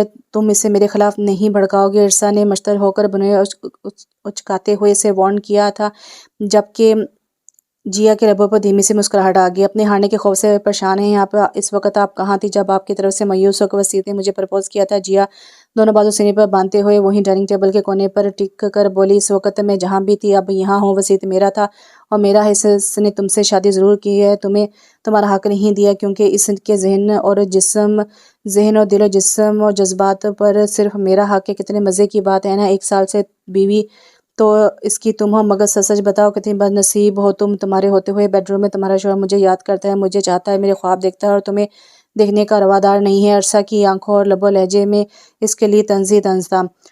جیا کا چہرہ دھواں ہو گیا تھا، اپنا جسم سلگتا ہوا محسوس ہوا تھا، اسے لگا جیسے وہ سرعام بھرنا ہو گئی ہے، اسے بے عزت کرنے والا کوئی اور نہیں، اس کا شوہر تھا۔ ان دونوں کے بیچ کی انتہائی ذاتی بات کسی تیسرے تک پہنچا کر اپنی راہ ہموار کرنے کے لیے انہوں نے ارسا کا اعتماد تو جیت لیا، مگر جیا کا بھرم تار کر دیا، اور اب ارسا کی اس کی بھرنی پر ہنس رہی تھی، کہکے لگا رہی تھی۔ جیا نے رخ موڑ کر خود پر ضبط کیا۔ اب ہارنے کا خوف کس کو ہے اور جیت کس کی ہوگی؟ ارسا غرور سے پوچھ رہی تھی۔ یہ تو وقت ہی بتائے گا، اس کے منہ سے ہٹنے سے پہلے کہتے ہوئے جیا کا لہجہ بے حد مضبوط تھا۔ انا کا مسئلہ کب تک رہے گا؟ کہاں تک انتظار زخم؟ تازہ محبت کا خلا کب تک رہے گا؟ مجھے لگا جیا میرے اندر بڑی تیزی سے اترتی جا رہی ہے، وہ مجھے بہت تیزی سے ختم کر رہی ہے، وہ میرے سامنے چپ کی بکل ماری رکھتی ہے، مگر میرے جذبات، میرے دل، میری آنکھیں سب بغاوت کے مرحلے میں ہیں۔ میرا دل اس کی دلداریاں کرنا چاہتا ہے، میرے جذبات اس کی جانب سے پذیرائی چاہتے ہیں، اور آنکھیں، جب میں دن بھر کا تھکا ہارا گھر آتا ہوں تو میری آنکھیں سب سے پہلے جیا کو دیکھنا چاہتی ہیں، جیا جو میری زندگی میں میری خوشی کے بنا شامل ہوئی تھی، جس سے ابتدا میں مجھے چڑ اور الجھن محسوس ہوتی تھی، مگر آہستہ آہستہ وہ میرے حواس پر چھاتی کہ میں خود کو اس کے بنا ادھورا محسوس کرنے لگا۔ اب ان محسوسات سے میں گھبرا گیا تھا، میں خود کو بار بار باور کرواتا گیا کہ مجھے صرف ارسا ارغمان سے محبت ہے، اور وہ شروع کی عمری سے میری چاہت ہے، اور یہ چاہت ارسا کے فضول کی ضد اور جیا کی میری زندگی کا حصہ دار بننے سے بھی ختم نہیں ہوئی ہے۔ اس لیے اس کے لوٹ آنے پر میں اسے اپنانا چاہتا ہوں۔ پھر میں سوچتا ہوں کہ یہ محبت تو نہیں ہوئی کہ کسی کو زبردستی اور کوشش سے یاد رکھا جائے، محبت تو کسی قسم کی شعوری کوشش اور یاد کے بنا ہی اپنا احساس دلاتی ہے، آنکھوں میں محبت کا عکس اور اس کی نظر کا انتظار سونپ دیتی ہے، دل کے باغیچے کھل کر خوشبو کی طرح بس جاتے ہیں، اور اس خوشبو کو چھپانے کی صحیح بعض اوقات بے سود ثابت ہونے لگتی ہے، اور اس سٹیج پر آ کر خودداری بھی اظہار سے گریزاں ہو انسان اپنی ہی محبت کا مخالف بننے لگتا ہے، جیسے میرا اور جیا کا معاملہ۔ میرے نہ کرنے کے باوجود وہ میرے دل اور روح پر چھاتی رہی ہے، وہ ارسا کی طرح میری ہم عمر ہے نہ سنجیدہ اور فلاسفر، نہ ہی بے شمار ڈگریز کی مالک۔ اس کے شوق اور دلچسپیاں بھی بڑی عام سی اور محدود ہیں۔ دوسرے لفظوں میں زندگی گزارنے کے بڑے آزادانہ فارمولے ہیں۔ اس کے 24 گھنٹوں میں جب جی چاہے سو جانا، بھوک لگے تو شرم جانا، مارے باندھے یونیورسٹی جانا کہ لوگوں میں شو کرنے کو ایک ڈگری ہو، شاپنگ اور آؤٹنگ کو ہم وقت تیار رہنا۔ یہ اور بات ہے کہ یہ سب کام میرے ہونے نہ ہونے کی پرواہ کیے بغیر دیگر کزنز کے ساتھ کیے جاتے ہیں۔ پچھلے 1.5 سال میں اس کی اتنی سرگرمیاں تو میرے علم میں آ چکی ہیں۔ اس کی تمام حرکتیں مجھے ناگوار سی محسوس ہوتی تھی۔ میرا خیال مجھے پریشان کرتا۔ میرے جیسے نفاسہ پسند ذمہ دار بندے کے لیے ارسا جیسی پنکچوئل، ڈسپلنڈ اور سوبر لڑکی ہونی چاہیے تھی۔ ارسا کو ہائی ایجوکیشن کا کریز تھا۔ اس کی زندگی کا ایک واضح مقصد تھا جو اسے حاصل کرنا تھا۔ وہ ٹائم اینڈ سپیس کی قدر کرتی تھی۔ جب بولتی تو مقابل کو لاجواب کرتی تھی کیونکہ اس کے پاس دنیا بھر کی معلومات کا خزانہ تھا۔ وہ ہر موضوع پر بولنے کا ہنر جانتی تھی۔ مجھے اس کی یہی خوبیاں اپیل کرتی تھیں۔ ہم دونوں کی بچپن میں ہی منگنی ہو چکی تھی، شاید اس لیے ہم دونوں ایک دوسرے کو سمجھتے ہوئے ساتھ ساتھ ایک جیسے خیالات و مقاصد پر پروان چڑھے تھے۔ ہمارے مستقبل کے حوالے سے خواب بھی ایک تھے۔ ارسا کو چائے بنانی تک نہیں آتی تھی۔ اس کی یہ بات مجھے بہت بری لگتی تھی۔ اور پھر ارسا ہائی اسٹڈیز کے لیے باہر چلے گی۔ ارادہ میرا بھی تھا، مگر پاپا کے انتقال کے بعد مجھے اپنی فیملی کو سپورٹ کرنا تھا۔ میرا اس کے ساتھ جانا ناممکن تھا اور یہ بات ارسا کو ناگوار گزری تھی۔ وہ میری زندگی پر صرف اپنا حق سمجھتی تھی۔ میں نے 5 سال تک ارسا کا انتظار کیا اور اس نے اپنے سبجیکٹ میں ڈاکٹریٹ کرنے کے بعد وہاں ہی جاب کر لی تھی۔ مجھے افسوس ہوا تھا کہ میری اس کے نزدیک اتنی بھی اہمیت نہ تھی کہ وہ تعلیم حاصل کرنے کے بعد میرے لیے لوٹ آئی یا کم سے کم مجھ سے اپنی جاب کے لیے رائے یا مشورہ تو لیتی۔ وہ میری ہونے والی شریک حیات تھی، میری مورل سپورٹ ہی زندگی کی مشکل مقام پہ اس کے لیے سہارا بنتی۔ سو میں نے یہی سوچ کر اس کی جانب سے دل صاف کر لیا تھا۔ اس کی محبت دل سے نہیں نکلی تھی۔ اور پھر مجھے UK بلانے میں ناکام ہو کر ارسا نے شادی سے انکار کر دیا تھا۔ اس وقت مجھے دھچکا لگا تھا اور یہی وہ عرصہ تھا جب نعمان اپنی فیملی کے ساتھ 3 ماہ کے لیے پاکستان آئے تھے۔ میں ارسا کے انکار کے دکھ میں تقریباً سب سے ہی کٹ گیا تھا، جس کی وجہ سے گھر والے ملول تھے۔ سو اماں کے نظر انتخاب گھر کے کونوں میں زندگی کی لہر دوڑانے والی خوبصورت اور شوق و چنچل سی نعمان پاپا کی جیا پر پڑی۔ ارسا کے رد کرنے سے مجھے بے حد ہتک محسوس ہوئی تھی۔ سو جیا کے لیے میرے ہاں کرتے ہی اماں نے اسی سے میری شادی میں دیر نہ کی اور اسی جلد بازی کے نتیجے میں 15 دن بعد جیا سے ایک مضبوط شرعی تعلق قائم ہو گیا۔ مجھے شدت سے احساس ہوا کہ ارسا نے ہمیشہ میری محبت کی توہین کی ہے اور اس احساس کے حاوی ہوتے ہی مجھ پر ایک عجیب سی جھنجھلاہٹ طاری کر دی تھی۔ اس جھنجھلاہٹ میں میں نے شادی کی پہلی شب جیا کے جذبات اور احساسات کی پرواہ کیے بغیر اسے نہ جانے کیا کیا کہہ دیا۔ بے حد نپے تلے لہجے میں اس چھوٹی سی لڑکی کے جواب دینے پر میری مردانگی اور انا مزید ملا اٹھی تھی۔ یہ ہو سکتا تھا کہ میں چند دنوں یا ہفتوں بعد اپنے نقصان کو نظر انداز کر کے اس کی طرف ہو جاتا، مگر اس کے برعکس میں جیسے دور ہو کر سرد مہری اور گریز سے اس کے ساتھ پیش آنے لگا۔ ستم تو یہ کہ جیا بھی میرے گریز پر مجھ سے کنارہ کش ہو کر بے نیازی برت رہی تھی۔ مجھے اور غصہ تھا۔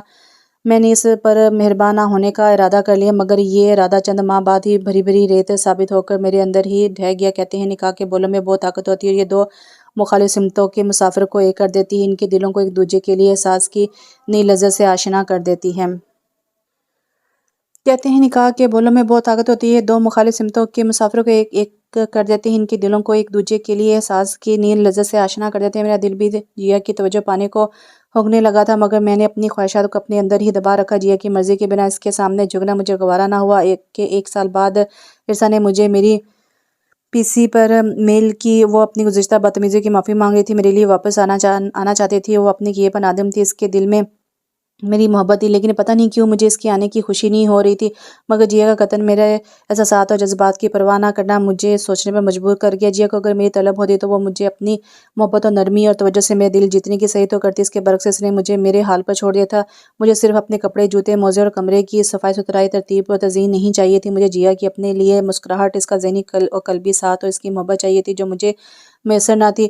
اور اب ارسا آ رہی تھی۔ ارسا کو پا کر میری تشنہ خواہشوں کی تکمیل ہو جاتی، مگر دل کسی طور پر جیا سے وابستگی ختم کرنے پر آمادہ نہ ہو رہا تھا۔ دل و دماغ کی اس جنگ میں دماغ کو فاتح ہوئی اور میں نے گھر میں اعلان کر دیا کہ ارسا واپس آ رہی ہے۔ میری شادی اس کے علم میں نہیں ہے، اس لیے میں ارسا کے آنے سے پہلے ہی جیا کو چھوڑنا چاہتا ہوں۔ پھر میں نے کسی کی ناراضگی کی پرواہ کی، مگر میں یہ ضرور سوچ رہا تھا کہ کاش جیا کو مجھ سے ذرا سا بھی لگاؤ، تھوڑی سی بھی محبت ہوتی تو عمریں گزار کر بھی اس تھوڑی سی محبت کے بہت زیادہ ہونے کی امید میں جیا کو کبھی چھوڑنے کا نہ سوچتا، نہ جانے میں اپنے کسی جذبے کی تسکین چاہتا تھا۔ گھر میں خاص مہمانوں سے ہی اچھی خاصی ہلچل ہو چکی تھی۔ پھوپھا جان ارسلہ اور انزلہ کی منگنی کر کے واپس جانا چاہتے تھے، سو گھر کے مکینوں نبیلہ پھوپھو کے چند سسرالی عزیزوں کو مدعو کر کے ایک سادہ سی تقریب منعقد کی گئی تھی۔ میں نے ارسلہ کو زائد سے اور انزلہ کو حمزہ سے مصروف کیا جانا تھا۔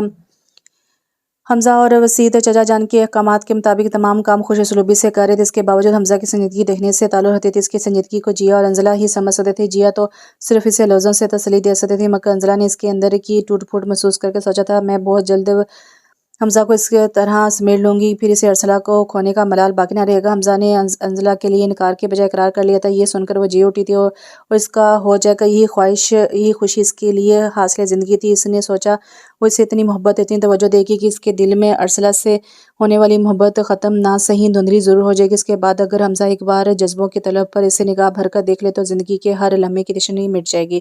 شام گہری ہو کر رات میں ڈھل گئی تھی اور دلکش منزل میں جیسے دن کا اجالا اترا ہوا تھا۔ اوپر سے آسمان اور نیچے مرکزی ستون سے نکلتا چھتری نما ڈھیر سارے مرکزی بلب کا جال بچھا ہوا تھا۔ مختلف پھولوں اور پتوں کی ملی جلی خوشبو فضا کو مسرور بنا رہی تھی۔ جیا تیزی سے تیار ہونے کے لیے اپنے کمرے کی طرف بڑھی تھی کہ بڑی اماں نے اسے پکار لی، جیا سب انتظامات ایک بار دیکھ لو، کسی چیز کی کمی نہ رہ جائے کہ مہمانوں کو زحمت اٹھانی پڑے۔ میں دیکھ آئی ہوں بڑی اماں، سب کچھ ٹھیک ہے، آپ ذرا اربات کو تاکید کریں گے وہ جلدی ان دونوں کو تیار کر لے، باقی تجربات ان دونوں کے شادی پر کر لے گی۔ وہ ہنستے ہوئے بولی تو بڑی اماں بھی مسکرا دی۔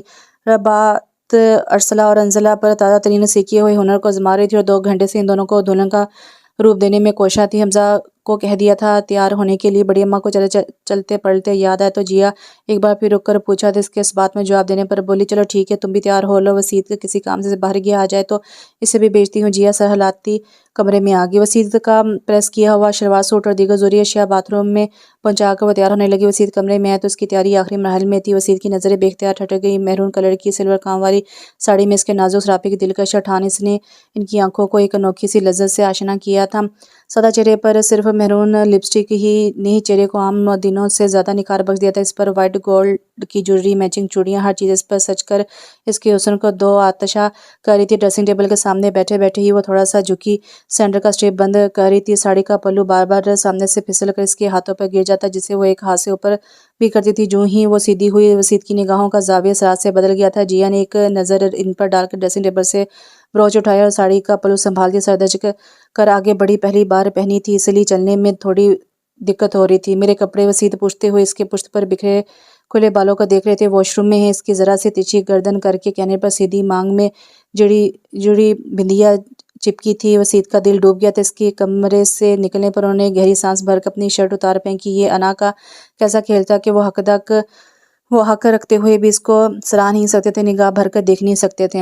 انزلہ اور ارسلہ کو اسٹیج پر پہنچانے کے بعد وہ اپنا پرس لینے کے لیے کمرے تک آئی تو دروازے سے باہر ہی ٹھٹک گئی۔ اندر سے ارسا کی آوازیں آ رہی تھی۔ اپنا نام سنتے اس کے قدم ساکت ہو گئے۔ اس نے ہلکا سا کان دھرے، جھری سے ارسا کی آواز بالکل واضح ہو گئی تھی۔ معصومیت کے نقاب کے پیچھے ایک بے حد چالاک جیا چھپی ہے، کیسے بڑی اماں کے آگے پیچھے پھر کر گھر والوں سے ہنسی ٹٹول کر سب کے دلوں کو مٹھی میں کر لیا اور تم سے بات تک کرنا گوارا نہیں کرتی۔ یو نو وسید، مجھ سے ایسے ڈرامے بازی نہیں ہوتی، اینڈ آئی ڈونٹ کیئر، مجھے صرف تمہاری پرواہ ہے، تمہارا خیال ہے، کیونکہ میں تم سے محبت کرتی ہوں۔ اتنی دور سے اپنا کیریئر چھوڑ کر صرف تمہارے لیے واپس آئی ہوں وسید۔ اس کی آواز تھوڑی بوجھل سی ہو گئی تھی۔ جیا ایک لمحے کے لیے چہرہ آگے کر کے جھری سے دیکھا اور وسید کا کالر ٹھیک کرتے ہوئے اس کے بے حد قریب کھڑی اور وسید آئینے میں دیکھتے ہوئے بال سنوار رہے تھے۔ جیا کے اندر غصے کی آگ دھرنے لگی۔ وسید اس کے شوہر تھے، کس طرح وہ کسی دوسری عورتوں کو ان کے قریب برداشت کر لیتی؟ یہ پرفیوم تمہاری چوائس ہے۔ وسید کو پرفیوم اڈیلتے دیکھ کر اس نے پوچھا تھا۔ نہیں جیا کی، وسید نے جواب دیا، میرا پرفیوم ختم ہو تو وہ ہی اپنی پسند سے لاتی ہے۔ ارسا کی بے باکی نے اچھی نہ لگ رہی تھی، ورنہ ہو تو تمہیں بھی اس کی ہوا لگ گئی ہے، تمہیں تو اپنے فیورٹ کولون کے علاوہ کوئی خوشبو بھاتی ہی نہ تھی۔ یاد ہے جب میں نے ایک مرتبہ تمہیں پرفیوم گفٹ کیا تھا، تم گفٹ دینے کے بعد سے روز میرے ساتھ جا کر وہ پرفیوم واپس کر کے اپنا پسندیدہ پرفیوم لے آئے تھے۔ وسید نے ڈریسنگ ٹیبل سے والیٹ اور ریسٹ واچ اٹھائی تو ارسا نے دونوں چیزیں اس کے ہاتھ سے اچک لی۔ والیٹ اس کی قمیض کے سائڈ پاکٹ میں ڈالنے کے بعد ریسٹ واچ اس کے ہاتھ میں پہنا رہی تھی۔ اس سے زیادہ جیا سے برداشت نہ ہوا، دھڑ سے دروازہ کھول کر اندر آئی۔ وسیع نے اپنا ہاتھ چھڑا کر واچ کا کلپ بند کیا تھا اور عرصا نے بڑی ناگواری سے سرتا پیر اسے گھورا تھا۔ ایکسکیوز می، جیا ڈریسنگ ٹیبل کی جانب سے بڑھتے ہوئے بولی تو وہ دونوں پیچھے ہٹ کے وسیع نے ٹیبل پر رکھا سیل چارجنگ پر لگایا۔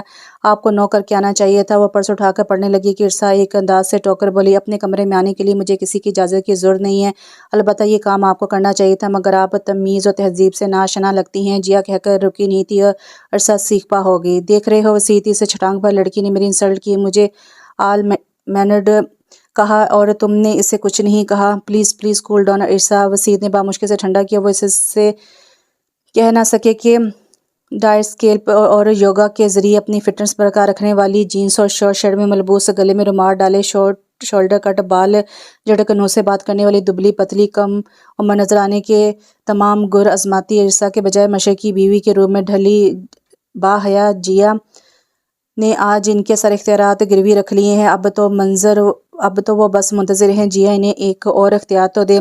ماشاءاللہ میرے بچوں کی جوڑی بہت اچھی لگ رہی ہے۔ بکتی خنک ہوتی رات میں چھت پر خاصی گہما گہمی تھی۔ جبھی رسم کرتے ہوئے چچی جان نے حمزہ اور انزلہ کی بلائیں لے ڈالی۔ انزلہ نے اس کی توسط پر ایک پل کو نگاہ اٹھا کر حمزہ کو دیکھا اور اپنی دل کی دھڑکنوں کو سنبھالتی پلکیں جھکا بیٹھی۔ وہ مہرون اور گولڈن پشواز اور چوڑی دار پاجامے میں سجی سنوری نظر لگ جانے کی حد تک اچھی لگ رہی تھی، اور ارسلہ بھی گولڈن ٹشو کے کافتان کی فل کڑھائی والے کرتا اور دوپٹہ، گولڈن ہی جامہ وار کے تنگ پاجاموں والی شلوار زیب تن کیے کچھ کم نہ لگ رہی تھی۔ ظاہر کہ گھر والے اس کے مختلف پوز ہینڈی کیم کے سلو لائٹ فیتے میں قید کر رہے تھے۔ منیب، وسیع نے بڑی عجلت میں کسی کے پاس جاتے ہوئے منیب کو پکارا، میرے کمرے سے ذرا موبائل لے آ، اور رات کے 10 بج رہے تھے، انہیں کسی کو کال کرنا یاد آیا تو علم ہوا کہ اپنا سیل چارجنگ کے لیے رکھ چھوڑا تھا۔ Please big B, just 2 minutes. اس نے انگلی کے اشارے سے 2 منٹ رکنے کا اشارہ کیا۔ وسیع سر ہلاتے دوسری سمت متوجہ کی، اور اس کے 2 کے بجائے 10 منٹ بعد وہ ان کا سیل فون لے کر آیا تو اس کے اسکرین ٹائٹل پر بے تحاشا ہنستی ہوئی جیا کی پکچر تھی۔ انہوں نے سر اٹھا کر منیب کو دیکھا، وہ غائب ہو چکا تھا، یقیناً اس کا کام تھا۔ وہ ایکسائٹڈ ہو کر چند لمحے جیا کو دیکھتے رہنے کے بعد اس کی تصویر ڈیلیٹ کرنا چاہتے تھے کہ ان کا انگوٹھا بٹن پش کرنے لگا اور جیا کی مختلف خوبصورت پوز ایک کے بعد ایک اسکرین پر واضح ہوتے کہ کچھ سوچ کر انہوں نے موبائل آف کر کے اپنی پاکٹ میں رکھ لیا۔ انہیں پکچر سے صاف ظاہر تھا کہ یہ اس کے علم میں لائے بنا اتاری گئی تھی۔ 1 بجے ظاہر کہ گھر والوں نے قیام کے بعد اجازت چاہی تو بڑی اماں اور نبیلہ پھوپھو وغیرہ نے بھی سب کچھ ضروری کام نپٹانے کے بعد اپنے اپنے کمروں میں جا کر آرام کا حکم دے دیا۔ رات گہری ہو گئی تھی اور انہیں تقریبات وغیرہ میں زیادہ دیر تک رت جگہوں سے کوفت ہوتی تھی۔ سب مہمانوں کے سونے کے لیے ان کے ٹھکانوں تک پہنچا کر جیا 2:30 بجے اپنے کمرے میں آئی تو بدن تھکن سے چور ہو رہا تھا۔ بامشکل باہر آنے والی جمائیاں روک روک سے جوری اتاری اور وارڈروب سے اپنے کپڑے نکال رہی تھی کہ لائٹ چلی گئی۔ اس کا دل خوف سے رکنے لگا، اندھیرے سے اس کی جان جاتی تھی۔ 2 منٹ تک بے جان قدموں کے ساتھ آنکھیں بند کیے کسی کے آ جانے کی دعائیں مانگتی رہی۔ وسیع کے آنے کی اسے خبر نہ ہوئی تھی۔ وسیع کی آنکھیں اندھیرے سے کچھ مانوس ہوئی تو وہ آگے بڑھے۔ جیا کو اپنے کندھے پر دباؤ محسوس ہوا تو وہ وحشت سے اس کی چیخ نکل گئی، ساتھ ہی ہاتھ ہٹتے ہی اس کے تھوڑا پیچھے ہٹنے سے الماری کا پٹ بند ہونے کی زوردار آواز سناٹے میں گونج گئی تھی۔ اسٹاپ اٹ جیا، یہ کیا بچپنا ہے؟ وسیع کی ناگواری سے بھری آواز سنائی دی تو سینے پر ہاتھ رکھ کر جیا کی تسلی بھری ایک سانس خارج ہوئی۔ چارج لائٹ کہاں رکھی؟ انہوں نے پوچھا۔ وہ تو خراب ہے، چارج نہیں کر رہی تھی، منیب اسے بنانے کے لیے دے آیا ہے۔ وسیع سر جھٹکتے ہوئے باہر جانے کو پلٹے کہ جیا نے ان کا بازو تھام کر روک لیا۔ پلیز وسیع آپ مت جا، مجھے ڈر لگ رہا ہے۔ وسیع نے ذرا سا رخ موڑ کر اپنے پیچھے کھڑی جیا کو التجا کرتے ہوئے دیکھا تھا۔ موم بتی وغیرہ ہے؟ جی، سائڈ ٹیبل کے دراز میں شاید ہو۔ جیا کے کہنے پر انہوں نے سائڈ ٹیبل کے دراز میں ٹوٹلا تو موم بتی اور ماچس مل گئی تھی۔ انہوں نے موم بتی جلا کر صوفے کے سائڈ میں بنے کارنر ٹیبل پر رکھ دی تھی۔ جیا وہیں صوفے پر بیٹھی تھی۔ کمرے میں اتنی روشنی ہو گئی کہ دوسرے کی موجودگی کو محسوس کیا جا سکے۔ جاؤ چینج کر لو۔ وسیع باتھ روم سے چینج کر کے آئے تو اس سے بھی کہا، مگر اس نے نفی میں صلاح دیا، لائٹ آ جائے گی تو کر لوں گی۔ اس نے ایک نظر پگھلتی ہوئی موم بتی کو دیکھا اور دوسری نظر میں باتھ روم کے آدھے کھلے دروازے سے جھانکتے اندھیرے کے بھوت کو دیکھتے ہوئے جواب دیا۔ وسیع چڑھ گئے، وہاں کوئی نہیں، وہاں کوئی تمہیں کھا نہیں جائے گا، میں کمرے سے باہر جا رہا ہوں، چینج کر لو اور ایزی ہو کر سو جا، رات بہت ہوگی۔ وہ کمرے سے نکلنے لگے کہ جیا کے بار پھر حرکت میں آ گئی۔ میں آپ کو نہیں جانے دوں گی، مجھے اکیلے ڈر لگے گا۔ وہ دروازے کے آگے کھڑے ہوتے ہوئے منمنائی۔ وسیع کو علم تھا کہ وہ اندھیرے سے ڈرتی ہے۔ اسے تیز نظروں سے گھور کر سر جھٹکتے ہوئے پلٹے اور باتھ روم کا دروازہ بند کیا۔ کھڑکیوں کے پردے پورے سمیٹ دیے اور چاند کی روشنی نے بھی کمرے میں اچھا خاصا اجالا کر دیا تھا۔ موم بتی جلنے پگھلنے کے آخری مراحل میں تھی۔ بیڈ پر لیٹے وسیع کو نیند کے جھونکے نے آ لیا۔ جیا ابھی تک پیر صوفے پر سمیٹے بیٹھی تھی۔ جب موم بتی کی لو میز کی صدا سے لگ کر دم ہوتی گئی تو وہ اٹھی۔ وسیع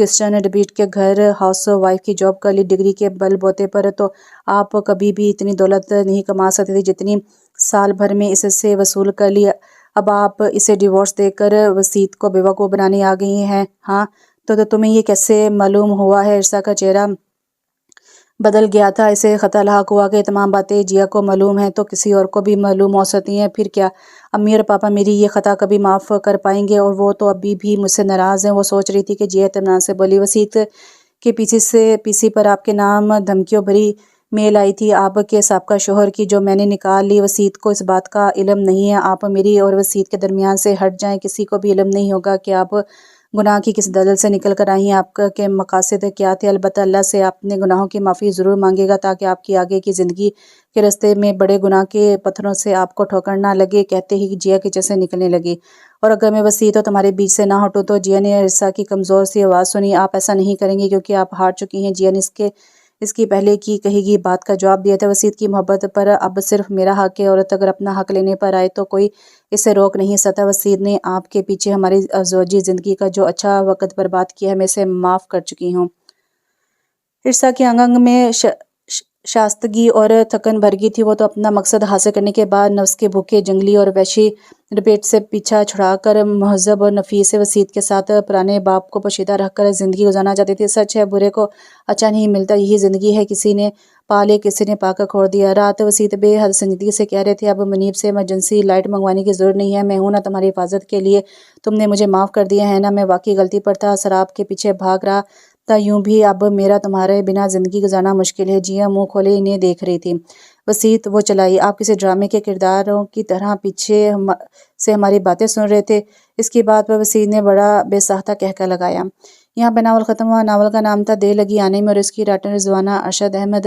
اس ناول کے شروع کے اور مڈ میں ناموں کی تھوڑی سی گڑبڑ تھی، یعنی کہ جہاں پر عرصہ کا نام آنا چاہیے تھا وہاں پر ارسلہ آیا ہوا تھا، تو مجھے تو یہی لگا، بلکہ یہی تھا۔